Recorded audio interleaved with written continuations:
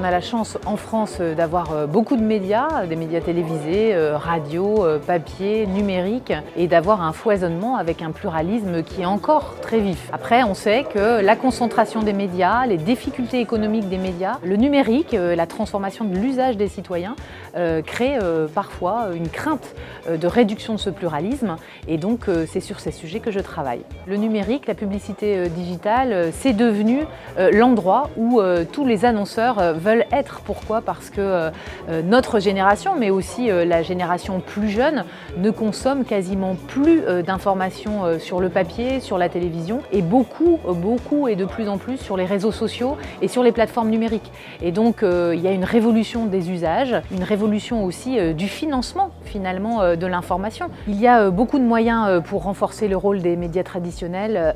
D'abord, labelliser, donner de la visibilité à ceux qui produisent une information fiable, de qualité et plurielle. Comment ça se fait ? Eh bien, il y a pas mal de systèmes qui sont en train de se mettre en place. L'un, c'est le GTI, qui est une sorte de certification au niveau européen.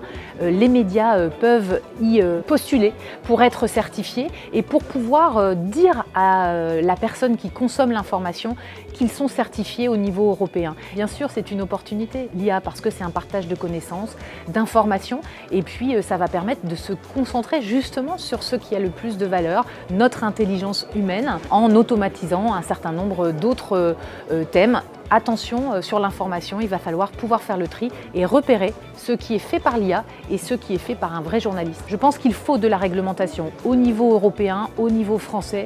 Il faut qu'on dise aux sociétés qui se créent et qui utilisent l'IA et donc les contenus d'autres personnes, produits par d'autres personnes, et qu'on leur dise qu'on ne peut pas tout faire. Il faut qu'il y ait un partage des libertés, un partage de la valeur, comme dans l'espace public, sur l'espace numérique. Et donc ça veut dire protéger les auteurs de musique, de textes, de réflexion, les universitaires. Donc c'est un vrai enjeu pour demain.